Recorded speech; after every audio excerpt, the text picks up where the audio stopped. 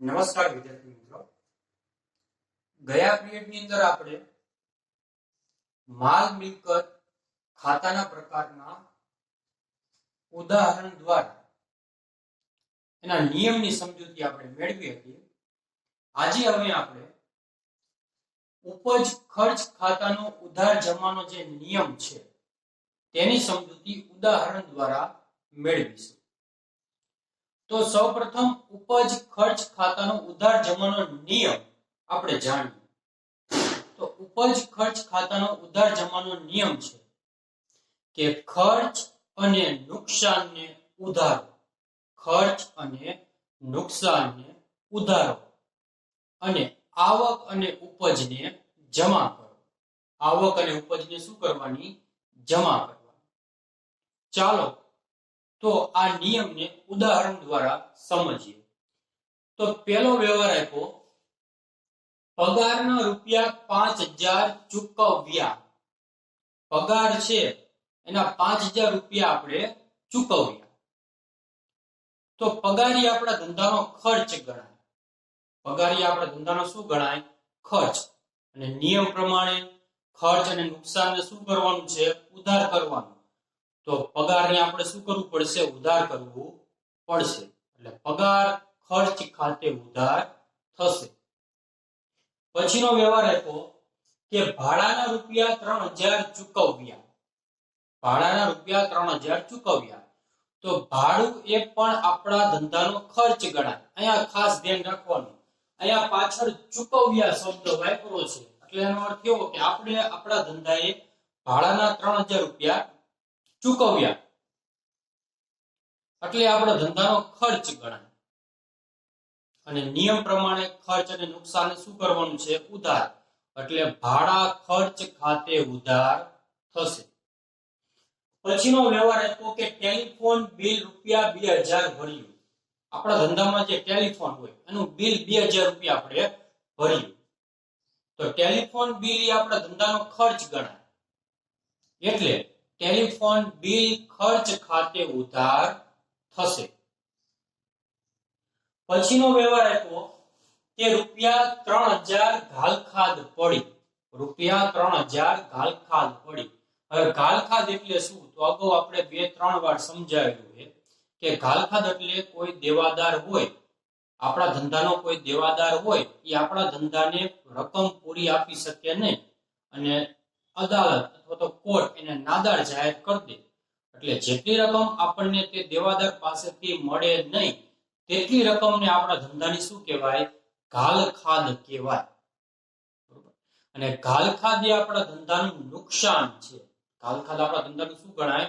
નુકસાન ગણાય. અને આપણા નિયમ પ્રમાણે ખર્ચ અને નુકસાનને શું કરવાનું છે? ઉધાર કરવાનું છે. એટલે ઘાલખાદ ખાતે ઉધાર થશે. ત્યારબાદનો વ્યવહાર કે દલાલીના રૂપિયા 2500 મળ્યા. દલાલીના રૂપિયા 2500 મળ્યા. અહીંયા શબ્દ જો આપણે કીધું કે 2500 રૂપિયા મળ્યા. મળ્યા એટલે આપણા ધંધાને આવક થઈ છે, આપણા ધંધાની ઉપજ હશે. ચૂકવ્યા શબ્દ હોય તો ખર્ચ હોય અને મળ્યા શબ્દ હોય તો ઉપજ હોય અથવા તો આવક હોય. તો 2500 રૂપિયા આપણા ધંધાને દલાલીના મળ્યા. તો દલાલી આપણા ધંધાની ઉપજ ગણાશે. દલાલી આપણા ધંધાની શું ગણાશે? ઉપજ. અને આપણે નિયમ પ્રમાણે આવક અને ઉપજને શું કરવાની છે? જમા કરવાની છે. તો દલાલી ખાતે જમા થશે. અહીંયા ખાસ ધ્યાન રાખજો, દલાલી એ ખર્ચ પણ હોય અને દલાલી એ ઉપજ અથવા તો આવક પણ હોય. નક્કી કેવી રીતના કરવું કે ખર્ચ છે કે આવક? તો પાછળ જે શબ્દ હોય એની ઉપર નક્કી થાય. અહીંયા આપણને એવું કીધું કે દલાલીના 2500 મળ્યા એટલે આપણી ઉપજ થઈ ગઈ, કારણ કે આપણને આપણા ધંધાને પૈસા મળ્યા છે. પણ અહીંયા આપણને એવો શબ્દ નો ઉપયોગ કર્યો હોય કે દલાલીના રૂપિયા 2500 ચૂકવ્યા. દલાલીના રૂપિયા 2500 ચૂકવ્યા તો દલાલી આપણા ધંધાનો શું બની જાત? ખર્ચ. કારણ કે આપણા ધંધાએ દલાલીના 2500 રૂપિયા ચૂકવ્યા છે. ખ્યાલ આવે? તો આ એક વસ્તુનું ધ્યાન રાખવું. ત્યારબાદનો વ્યવહાર છે કે ડિવિડન્ડ મળ્યું 3300 રૂપિયા. ડિવિડન્ડ મળ્યું 3300 રૂપિયા. એક વસ્તુ યાદ રાખવાની, ડિવિડન્ડ એ આપણા ધંધાની આવક ગણાય અથવા તો ઉપજ કહો તો ચાલે.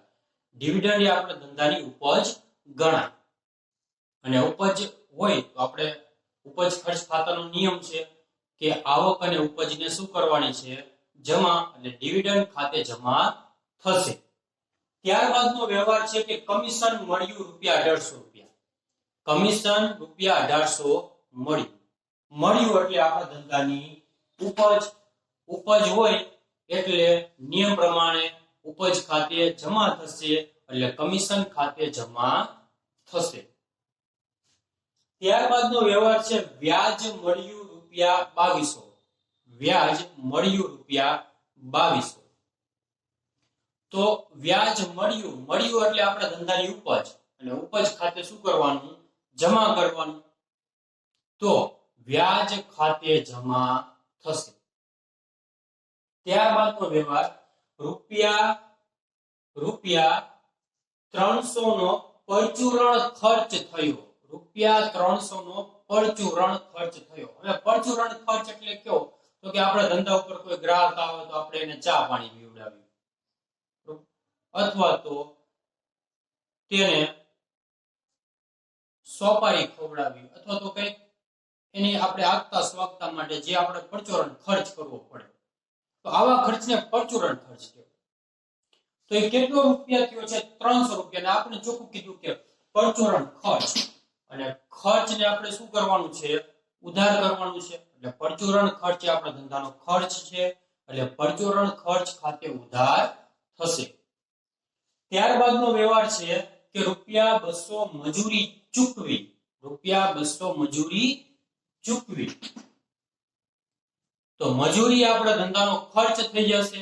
મજૂરી એ ખર્ચ છે અને ખર્ચ ખાતે શું કરવાનું છે? ઉધાર, એટલે મજૂરી ખાતે ઉધાર થશે. ત્યારબાદનો વ્યવહાર છે કે રૂપિયા 5000 દુકાન ભાડું ચૂકવ્યું. રૂપિયા 5000 દુકાન ભાડું ચૂકવ્યું. ચૂકવ્યું હોય એટલે આપણે ધંધાનો ખર્ચ ગણાય એટલે દુકાન ભાડું એ ખર્ચ છે. દુકાન ભાડા ખાતે ઉધાર થશે નિયમ પ્રમાણે. ત્યારબાદનો વ્યવહાર છે કે રૂપિયા 200 રમેશને લારી ભાડાના ચૂકવ્યા. રૂપિયા 200 રમેશને લારી ભાડાના ચૂકવ્યા. હવે અહીંયા ખાસ ધ્યાન રાખવાનું આ વ્યવહારમાં એક જ નામનો ઉલ્લેખ રમેશ એટલે વ્યવહાર ઉધાર થશે. નિયમ પ્રમાણે ઉધાર થવો જોઈએ, પણ તમે વ્યવસ્થિત વ્યવહાર વાંચો, તમને છેલ્લે કીધું ચૂકવ્યા. ચૂકવ્યા એટલે કેવો વ્યવહાર થઈ ગયો? રોકડ, એટલે આ ઉધાર વ્યવહાર નથી. શેના ચૂકવ્યા છે? લારી ભાડાના. લારી ભાડાના આપણે 200 રૂપિયા રમેશભાઈને ચૂકવી દીધા છે, બરોબર? તો આપણે લારી ભાડું દેવું પડ્યું એટલે લારી ભાડું આપણા ધંધાનો ખર્ચ, અને ખર્ચ ખાતે આપણે શું કરવું પડશે? ઉધાર કરવું પડશે એટલે લારી ભાડા ખાતે ઉધાર થશે. ત્યારબાદનો છેલ્લો વ્યવહાર કે રૂપિયા 800 જાહેરાતના ચૂકવ્યા. રૂપિયા 800 જાહેરાતના ચૂકવ્યા. તો જાહેરાત એ આપણા ધંધાનો શું બની જશે? ખર્ચ.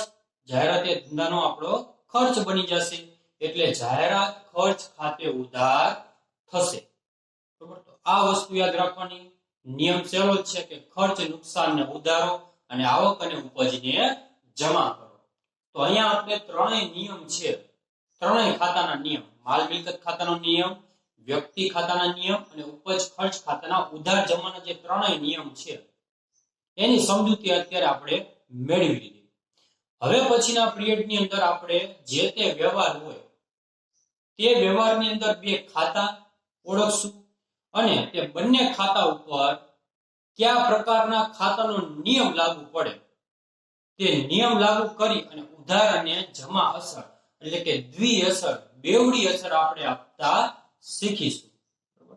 તો આજ માટે આટલું. હવે પછીનું આવતા પિરિયડની